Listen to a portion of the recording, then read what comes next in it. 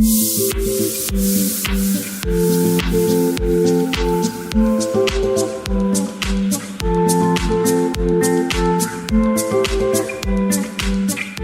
bienvenue dans la ville de Villahermosa, qui veut dire la belle ville. Il s'agit de la capitale de l'État de Tabasco. Si comme moi vous pensiez que la sauce Tabasco vient d'ici au Mexique, eh bien détrompez-vous, elle vient de la Louisiane aux États-Unis, mais ce sont les piments qui se nomment Tabasco qui viennent de la région ici, de l'État de Tabasco. Villahermosa fut fondée par l'explorateur espagnol Diego de Quijada en 1564. Il l'appelait à l'époque Villa Carmona, en référence à la ville de Carmona en Espagne, car les environs, des petites collines et des plaines fertiles, lui rappelaient la région de son pays natal. Son nom a changé plusieurs fois au fil des siècles, en utilisant sous plusieurs formes le nom de San Juan Bautista, Saint Jean-Baptiste, car elle fut fondée le 24 juin, la date anniversaire de ce saint. Le nom actuel, Villahermosa, fut adopté en 1916 et signifie littéralement « ville belle », en référence à l'aspect attrayant du site dans son environnement naturel verdoyant.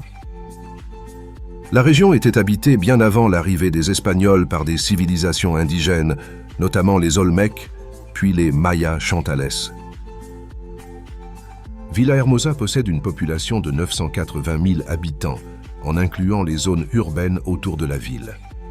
Il s'agit d'une ville dynamique entourée de rivières et de végétation tropicale. Elle est située sur les rives du fleuve Rio Grijalva.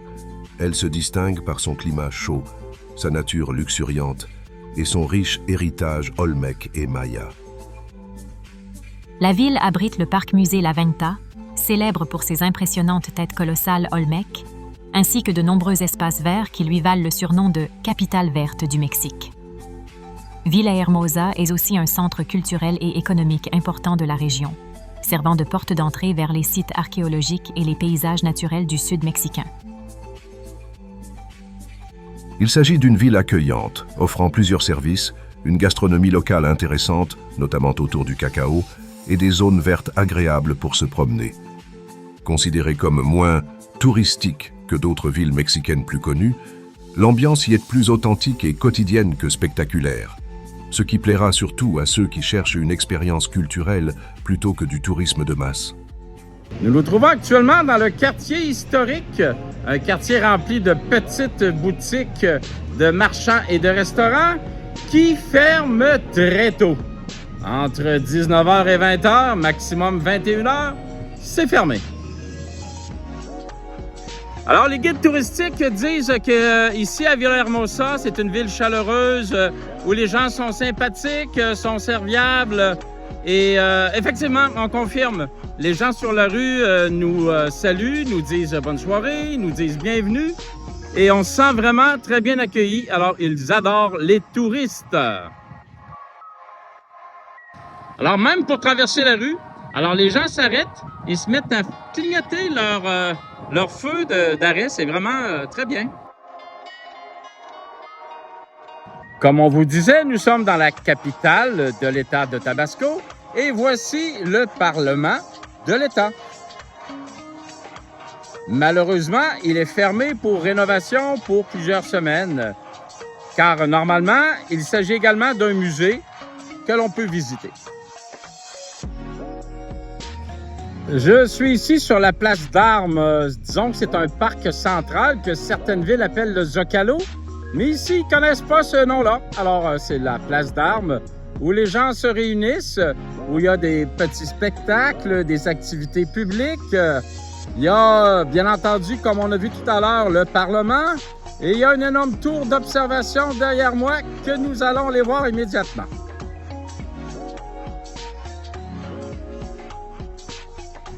Alors voilà, on est rendu.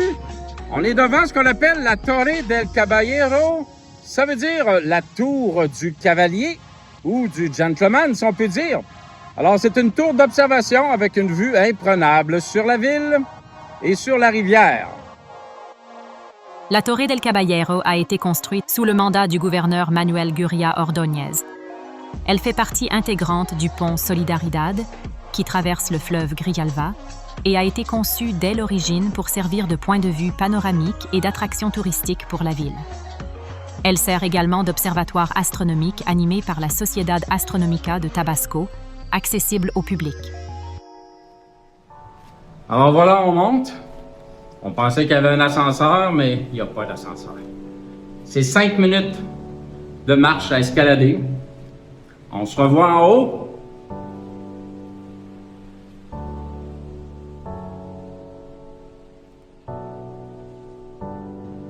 Et voilà, on est rendu, on est vivant. Ça valait le détour parce qu'on a vraiment une vraie belle vue de la ville. C'est vraiment magnifique. Je vous laisse regarder.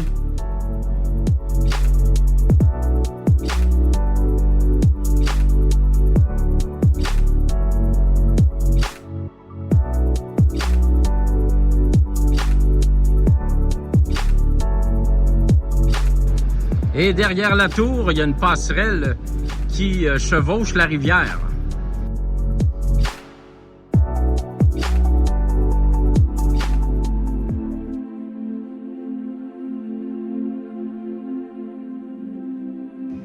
Nous sommes devant la cathédrale Seigneur de Tabasco, le Seigneur de Tabasco, soit une représentation locale de Jésus-Christ extrêmement vénérée dans la région. L'architecture extérieure de la cathédrale est plutôt sobre, mais ce qui la distingue et qui demeure un point de repère partout dans la capitale ici, ce sont les énormes clochers de 263 pieds qui font d'elle une des cathédrales avec les plus hauts clochers du pays.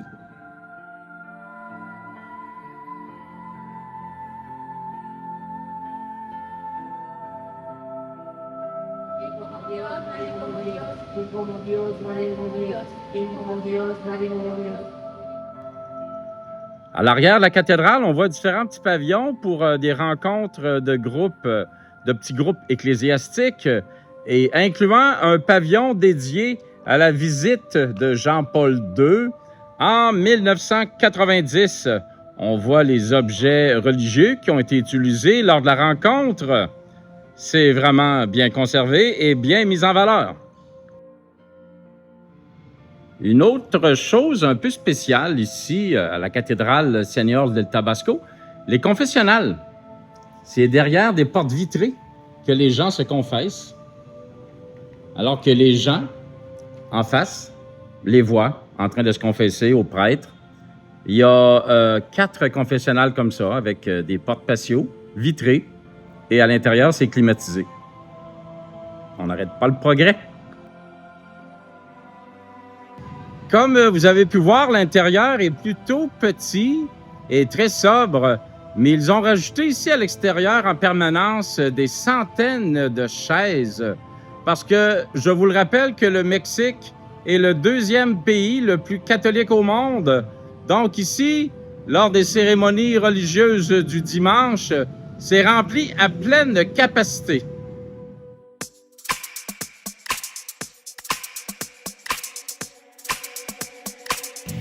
On retrouve des fleurs poinsettias un peu partout. Oui, c'est le temps de Noël, c'est le temps des fêtes. Mais saviez-vous que le poinsettia pousse ici, naturellement, au Mexique? On se promène dans un des magnifiques parcs de la ville. On l'appelle le parc Paul Borja. Alors, c'est vraiment beau. Il y a 2 points d'eau, il y a des jeux pour les enfants, il y a des tables et il y a des ardillas. Savez-vous qu'est-ce que c'est des ardillas? C'est des écureuils, des gros écureuils très sympathiques qui s'approchent très près de nous, peut-être même un peu trop. Et une chose qu'on voudrait pas qui s'approche de nous, dans le beau lac, c'est plein de crocodiles. Bouah! J'en ai des frissons. Il existe 2 espèces de crocodiliens au Mexique, toutes 2 bien établies dans le pays. Le crocodile américain, c'est la plus grande espèce présente au Mexique.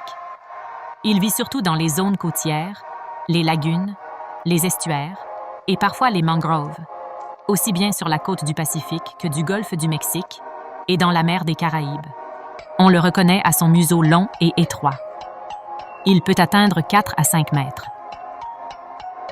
Le caïman à lunettes, Plus petit que le crocodile américain, il est très répandu dans les rivières, marécages et zones humides d'eau douce, notamment dans le sud et le sud-est du Mexique.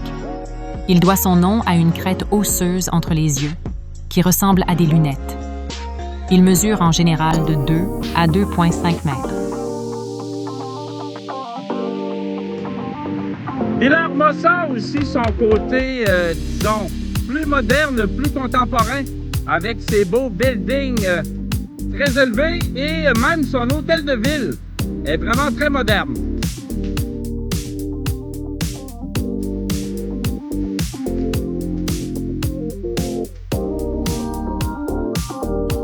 On a enfin trouvé les grandes lettres colorées indiquant Villahermosa.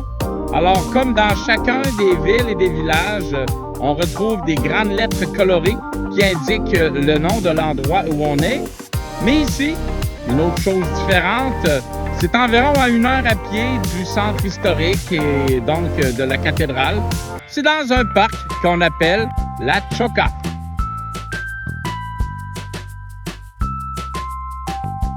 Un autre arrêt dans un des très nombreux parcs, celui de la lagune des illusions, la Laguna de los Ilusiones. Alors ici aussi, on retrouve une belle promenade tout le long de la lagune. Il y a des animaux, des hérons, il y a des petits coatis et il y a aussi des crocodiles.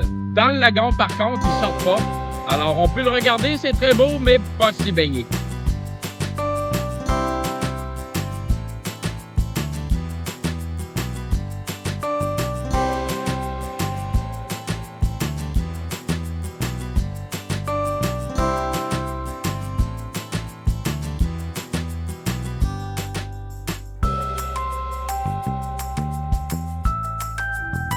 Ceci met fin à notre séjour dans la ville de Villahermosa, dans l'état de Tabasco. En espérant que vous avez apprécié le petit montage que j'en ai fait. Si c'est le cas, je vous invite à me faire un petit pouce en l'air et à partager cette vidéo. C'est 2 éléments qui m'aident à faire grandir ma chaîne. Pour notre part, nous avons apprécié le séjour ici, dans la belle ville, sa verdure, sa flore et ses animaux, également la culture Olmec. Cependant, pour avoir de la végétation aussi verdoyante, il y a un prix à payer et ce prix, c'est la pluie. Alors nous sommes en décembre-janvier et il y a plus que les autres endroits que nous avons visités au Mexique durant la même période. La gentillesse des gens, cependant, vaut la peine du déplacement. Si vous aimez la végétation et un peu de pluie, Villahermosa est fait pour vous. On se dit à bientôt pour une autre aventure quelque part dans le monde.